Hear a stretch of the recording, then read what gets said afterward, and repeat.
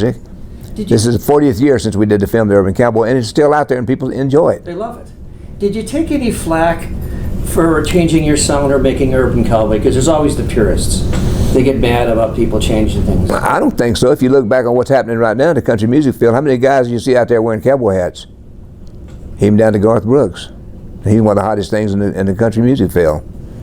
Blake Shelton. They're all wearing cowboy hats, dressed in jeans. And it started with John Travolta doing the film The Urban Cowboy. Did you have any crazy years touring back then in the 70s and early 80s? We had some hectic times because the time we were playing all over the country, and the dates were coming in, and we were having to make long distance runs. But it was fun. It's not like it is now, but it was. We had a good time doing it. Did you pass on any music you shouldn't have passed on? Oh, absolutely. Can you give me an example? I passed on the Fall Guy episode that they wanted me to sing the theme on the Fall Guy.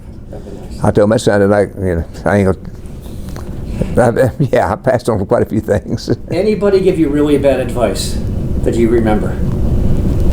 No, I can't think of anybody giving me any bad advice. I was always the type of person that I looked at something that I felt like I should or shouldn't do, and some of the things I shouldn't have done, I did, and but it's been a great ride. I can't complain. My life's been pretty good. Any other TV appearances that you've been on? We obviously went on Merv Griffin. Were you on Carson a lot? I did one episode of Johnny Carson, but Bill Cosby was the host. Okay. At that time. I did just about every TV show that was out there on the talk circuit back in the 70s and 80s. Did you do Dinah Shore? I did Dinah Shore. Merv Griffin, who else? Mike Douglas? Mike Douglas, Merv Griffin. Just about every one of them we did at one time or another. When's the first time you played the Opry? Oh God, back in the 70s. That must have been a big deal. Yeah, well, I mean, playing the Opry is a big deal, but you know, it's something that I get invited back every now and then, and when I get a chance, I go do it. You know, it seems like I talk. Everyone always has an Elvis story. Do you have an Elvis story? Well, I was a big fan of Elvis Presley. I never got to meet him, okay. But I was a big fan. You know, he opened the door for all of us. Okay. Now, my friend T.G. Shepherd was worked for Elvis, and he told me a lot of stories about Elvis. But you ought to interview him sometime and let him tell you some of the Elvis Presley stories, because it's awesome. Any advice you'd give a younger person who gets in the business? Any other advice? Any advice I want to give anybody is try to just be yourself, and don't try to be something you're not. I got accused of copying my cousin Gilley Lewis for all the years that I was trying to have hit records. And every time I'd go in and make a recording, somebody would say, "What are you doing copying your cousin Gilley Lewis?"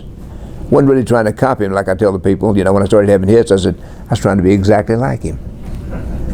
But it seemed like other artists were getting in trouble a lot. You weren't getting in trouble all the time, were you? I was trying to stay out of trouble.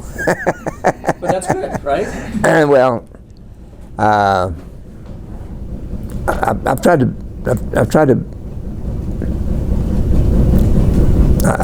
be good in my life. If you weren't an entertainer, what would you be?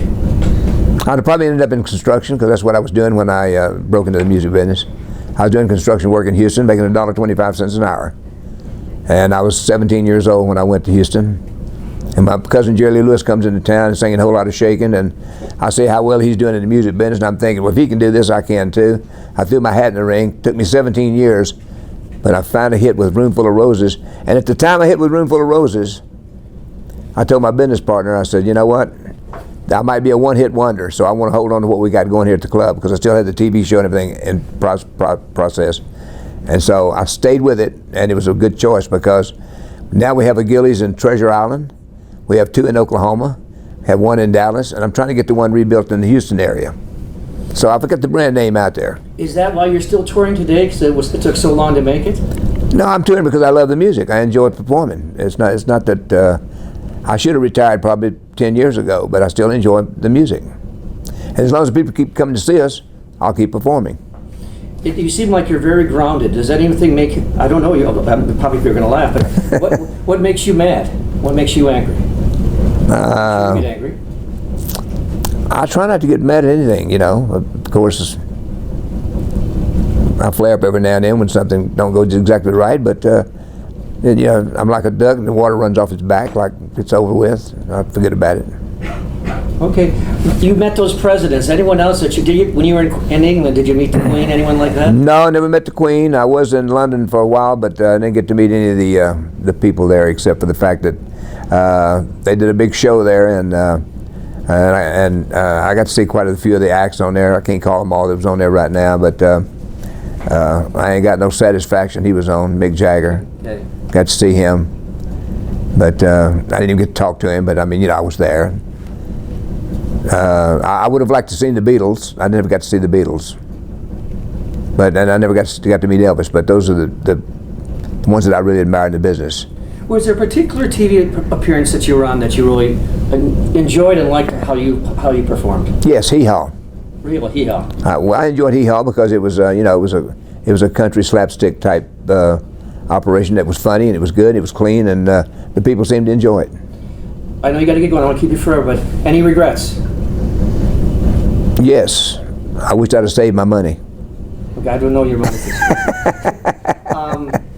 I appreciate you talking to me, and I thank you very much. Thanks. Thank you, sir.